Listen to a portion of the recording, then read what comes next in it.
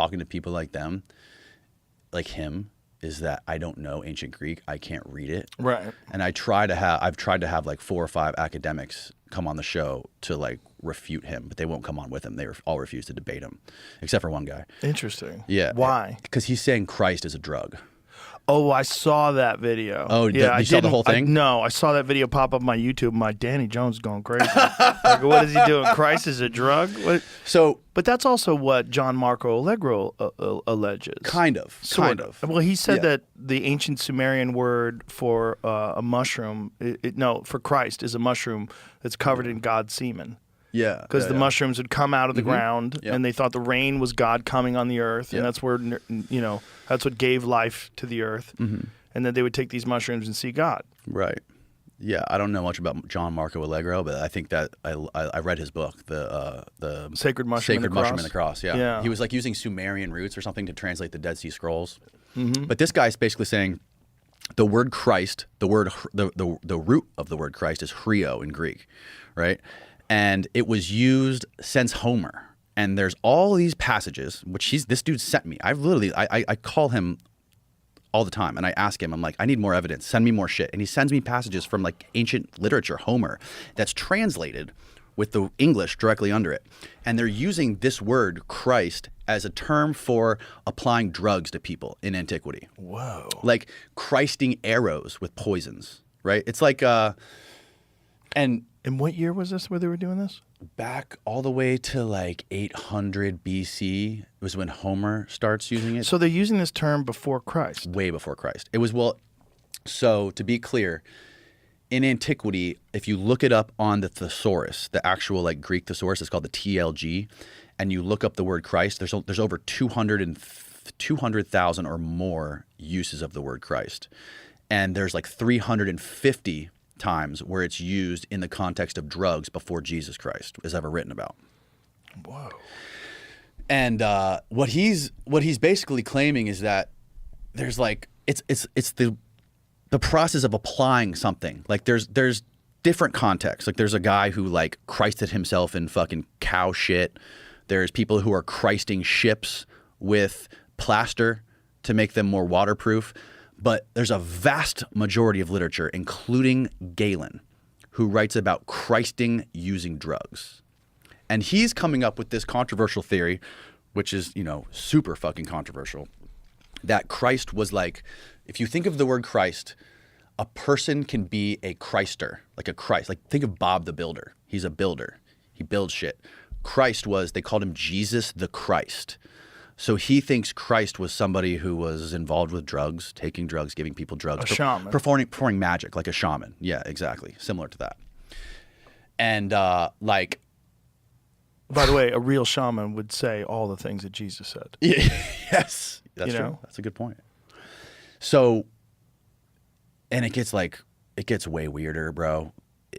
And again, this is all according to him. I don't know if any of this is real. I just find it fucking fascinating. And I wish I could find somebody who really knows the Greek to debate this dude and call him out in his bullshit. But I can't. The only person I found was an exorcist who's done like 10,000 exorcisms on Skype.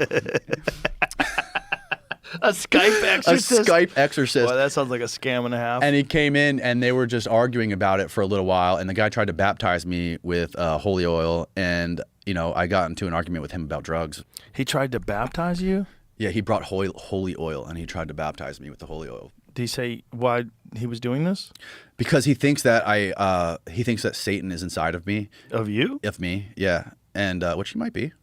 What evidence did he have that Satan was inside of you? Because I like to consume drugs recreationally, and I was telling him if Satan is drugs, if I can smoke marijuana and it's prescribed by a doctor, is it still Satan? He goes, no, don't play those games with me. And I'm like, well, how come every time I get really, really fucking bombed, I think about things like spending more times with my kids and things like good things, and he's like, don't try to patronize me, you know what it is, it's the devil.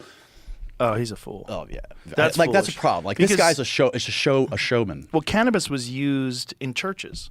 They used to, the incense where they would go around, that was cannabis. They would use that. Right. They would get everybody in the church high. And fumigate it, Yeah, they would literally hotbox the church. And this is a part of this whole ritual of, giving in to Christ, giving in to God. Right. The idea that it's bad because some people have bad experiences, man, you could apply that to almost anything. Mm-hmm. I think marijuana makes people more compassionate, kinder, more sensitive, but also paranoid. You could freak out. If you're riddled with anxiety and you have a hard time controlling that anxiety in your mind and you take a high dose of marijuana, you could freak out. Yeah. It's also connected to schizophrenia. Because I think there's people that have a tendency towards schizophrenia anyway, and then a large dose of marijuana tends to give them psychotic breaks. There's like real literature. There's real evidence of that. So this is like important that if you're a person who thinks that marijuana is overall net positive, which I do, it's important to talk about the negatives, just like everything else. Yeah, like totally. Alcohol, food, everything. There's a lot of different things that if you drink too much water, you'll fucking die, okay? Right. There's a lot of things that aren't good for you under certain circumstances, but the only way we know how to do it and how not to do it is to do studies. Yeah. And when it's illegal and you're terrified, you can go to jail, or if you're an academic and you want to study this as your main thing, you just get dismissed. It could be career suicide. Right. So these people are foolish. Yeah, and that's the problem. Like this was the only dude I could get to agree to come sit with him because this guy had a YouTube channel. He wanted to promote himself and all this stuff. But like a lot of the academics, I talked to a lot of Harvard philologists to try to come debate this guy. And like the philologists, like there's a difference between a linguist, which I think Marco Allegro was, and a philologist, where the linguists look at the actual like the complexities of the text itself and the language. But the philologists, what they do is they're looking for context. So like what they do is they take words and they try to figure out what these specific words meant in certain time periods. So they take a word, take their time machine back, let's take it back to 200 BC, 100 BC, whatever it is. And they say, okay, let's just use the example of the word Rio, Christ. Let's look at all of the corpus of all the fucking literature that existed in the Library of Alexandria. There was ancient comedy, ancient plays. What did you say there? The word free, what did you say? Hrio. Hrio? Yeah, that's Hrio. It's spelled Xrio, but it's pronounced like Hrio. And that was the original word for Christ? The original word for Christ is Hrio, yeah. Oh. And I've had people like confirm this with me. And I recently had a fucking scholar on the show, a religious scholar who turned atheist, weirdly enough. He started out Christian and turned atheist. And he was telling me, he's like, I'd be surprised if the word Hrio was ever used before Christ. And I literally pulled up the source of Euripides talking about using Christing drugs in like, I think it was 200 BC, and the dude was like blown away. So he didn't know that. He didn't know it. And this dude's like a serious academic. So this guy that you had on your podcast, what is his name again? The Christed drug guy? Amen Hillman. Amen Hillman. Yeah. And so he's a legit scholar. He's a legit scholar, PhD. And other legit scholars are unwilling to even entertain this? Yes. I've talked to many of them on the phone, and a lot of them say they don't want to give him, I won't name the people, but one of them said that they just don't want to give him the platform or the credibility of being in the same room. Other people say that it would just take too much time for them to prep for it. And I just think it's bullshit. Like this is the only way to get to the truth, is to hear like a credible person dismantle his argument, right? Right. So like I have it. I just keep falling deeper and deeper into this rabbit hole of all this crazy ancient Greek shit. And like, he's talking about ancient like vaccines that they were using, like similar to what we're talking about with the theriac.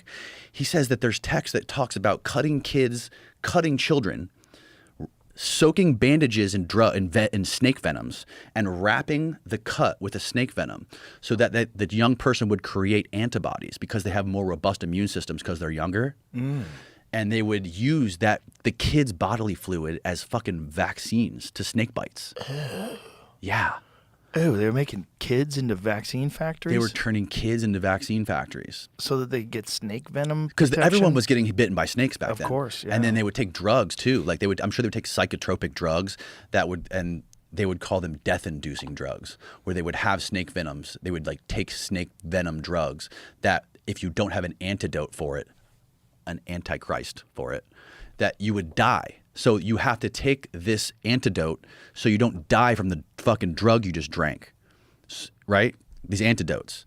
And like he connects this all to Jesus in this elaborate way, where there's Mark 14:53, where Jesus is caught in the Garden of Gethsemane with the naked boy, right? And then there's a scene of the young boy running away naked, right? When the Roman SWAT team pulls up on him, and then the little kid runs away, and he goes, "Oh, I'm not a trafficker. I'm not a robber," or whatever the word lestes means like pirate, trafficker, robber. And then they take him, and then he's on the cross the next day, and he's like screaming out, like dying of thirst, in between two traffickers. And he's asking, and there's this dude Nonus who writes about this scene specifically in ancient Greek, and he talks about them trying to give him the sponge, and he's denying the sponge, right? So the sponge, Nonus is writing about this, that the sponge is the antidoton to the dipsos, which is the antidote to the North African viper. But he's refusing to take the antidote. He's just dying because he took this death inducer at 4 a.m. in the park, in the Garden of Gethsemane, and now he's just going to let himself die on the cross. So like, yeah, there's that. I don't know what to make of any of it. Make of this stuff. I just, I hear people saying that it's all bullshit, but like, fuck, is it interesting? Well, bizarre that they use the term Christ before Christ. Yeah. Just bizarre. It's been used. Yeah, you can look it up. It's used all throughout Homer, Euripides, all these other authors. Like there's again, getting back to the philology stuff. The philologists, they go back in time and they look at the context of all of the literature, not just the biblical canon, which is like a narrow lane of ancient literature, right? But they're looking at the philosophy, the legal texts, the medical texts, everything, and saying, okay, let's take this word, look where it's used in all of these different texts throughout all kinds of professions, and see what the consensus is of what it meant during that time period. And what he's claiming is that the fucking word Christ meant drugs back then. Whoa. Yeah. Whoa. Pretty bananas. Well, it's so hard to know what all that stuff was about. It's so hard to know why these people wrote these things down. When I had Wes Huff on, one of the things he talked about is the book of Isaiah. When you see it in the Dead Sea Scrolls, and then 1,000 years later, it's verbatim. 1,000 years after the Dead Sea Scroll, the version that they find of the book of Isaiah is word for word. Really? Yeah, 1,000 years. Like, what were they trying to document? Like, what were the original stories? Because, like, human beings are not a good source of information, especially back then. It's just too hard to be accountable. Why would you be honest? People make grandiose claims. They exaggerate. We see it today. It's like humans today are the same as humans back then. We're flawed. Right. So we know today that our versions of history are deeply biased. Our versions of world events, our versions of, if the United States government could write the story about the invasion of Iraq without investigative journalists, right? What would be the story? Yeah. And this is part of the problem. It's like we don't really know what they were trying to say. It was an oral history for who knows how long before they ever wrote down the Old Testament. Yeah. And it got redacted and added to over time. There's all kinds of weird secret gospels, secret gospel of Mark that they claim that this dude, Morton Smith, came up with, which was similar to Amen's theories. But then, people say, oh, that's a forgery. It's a forgery. If the secret gospel of Mark's a forgery, that he fucking knew Greek really well. And he knew the culture really well and all the cults, and like, dude, like, even like the mysteries of the hospitals in ancient Rome, like the temples of Asclepius, and doing all those rituals in the temples of Asclepius, using medicine and drugs simultaneously, and these venoms and all this stuff is it's interesting to learn, and especially when you compare that stuff to the biblical stuff, like how much has it been changed? How much has the meaning been changed? And like, the people, most of the academics who study this stuff are, maybe not most of them, but a large percentage of them, I think, that I've talked to. They're religious scholars of the Bible and Christianity, but they also subscribe to Christianity. So I'm like, it's weird that there's kind of like a built-in bias into this stuff. You kind of want this stuff to mean something. Right. You know what I'm saying? Yes, for sure. And that was what was interesting about Allegro. Because John Marco Allegro was an ordained minister who, once he became a theologian, once he studied theology, he started to have agnostic thoughts. And so when he was one of the deciphers of the Dead Sea Scrolls, when he was on that committee, he was agnostic at the time. So he had already decided through his study of all these different religions that maybe he wouldn't subscribe to any of them and leave an open mind. So he was the only person on the commission that was deciphering the Dead Sea Scrolls over a period of like 14 years rather. He studied this stuff. He was the only one who was agnostic. And again, his claims are widely dismissed by many people. But I think this dude Amen thinks he's full of shit. Does he? What does he think? He was like came up under like some of the top classical scholars of like modern times. One of those dudes is Carl Ruck. He wrote The Road to Eleusis, and this other guy's John Scarborough, who's dead now. And for some reason, none of them. Whenever I ask him about Allegro, like, I don't fucking know. They don't pay attention to it for some reason. Well, I think you would have to be a real scholar in biblical languages to even understand what the fuck he's saying. Yeah. And to be able to translate ancient Sumer. Yeah. Ancient Sumerian, like according to Wes Huff, he's like, I tried. I couldn't even figure out how to do it. Also, how does ancient Sumerian connect to Hebrew? Right. Is there any correlation between ancient Sumerian and ancient Hebrew? Do they share any roots? Are there any bridges that connect those two languages? I have no idea. I don't know either. But you're dealing with if it really goes back that far. So if he's talking about this term from ancient Sumer, where they are calling it a drug, they're saying it's a mushroom. And this is from 5,000 years ago, 6,000 years ago. You're predating the Bible by a long stretch. And how old was that? If they're right about Turkey, and Turkey was the original civilization, like when is that? Is that 12,000 years ago? What is the real date of Egypt? What is the real date of the original structures of Egypt? Do they know? We're told it's 2,500 BC for the Great Pyramid, but boy, there's a lot of people that don't agree with that, including geologists. When you get guys like Robert Schoch who say like this water erosion is thousands of years of rainfall. Last time you had a heavy rainfall in the Nile Valley, you're looking at 9,000 years ago. Right. So you have thousands of years of rainfall before 9,000 years ago that's going to create this kind of erosion. And so it's hard to know because everybody wants to be right, and they all have this date that they've been talking about and writing books about and giving lectures about. They never want to revise that.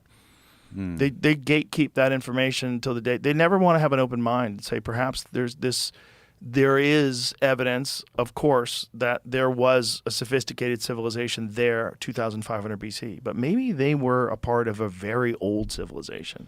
And this is the Zep Tepi thing that Zawi Hawass was totally ignorant of. And he thought it was just completely bullshit. And this is the King's List that goes back 30,000 years that they talk about. And the way Egyptologists that are conventional thinkers, they think that it's mythology. They think that's myth. But, you get to about 2,500 BC, that's all real. Well, how the fuck do you know? Right, they don't. You don't. And also, if there was an advanced civilization 11,800 years ago that was able to create Göbekli Tepe, which we know now to be true, what else have we not found? Right. Was it a breakaway civilization? Did they escape the Earth and go to the moon? Right. Right? Or, like they're trying to do now? Or, was it just that they had achieved a very high level of sophistication in technology that's very different from the path that we took? Right. Totally. That's what I think. I think the path that they took involved immense stone structures, cosmology. They probably didn't have internal combustion engines. They probably had a completely different kind of technology that we wouldn't even think of because we went in this internal combustion engine, plastic, microchip, electricity. We went into that direction. Yeah. But you could imagine primitive man evolving to create technology that's far different than the way we went. Yeah. Do you think we might have cracked that somewhere, like in some deep black programs, that we could have that? They wouldn't want to unleash that on society because it could like fuck up the economic system or like collapse the world. I know Jesse Michaels believes that there's gravity technology that they were researching in the 1960s and that they had achieved some sort of breakthrough propulsion system that is probably a lot of what you see when you see these UAPs and these crafts that move in very strange ways. Yeah. That makes sense to me. And again, the idea that they couldn't keep that secret, shut the fuck up. Of course they could. Right. Of course they could. There's this lady, Catherine Fitz, who's she was the head of the Department of HUD under George Bush, and they brought her in after like the mortgage crisis to like figure out how to like restabilize the economy and what the banks were doing and all this stuff. and she was looking at like missing money, and she found that there was like when she applied her knowledge of mathematics and like what's going on with like the federal budget and where all the money's going. She said the most reasonable explanation. You know how there's like $21 trillion missing from the DoD the day before 9/11. Donald Rumsfeld was like, there's like $2.5 trillion, whatever it was. Now that's ballooned to like $21 trillion, and she thinks that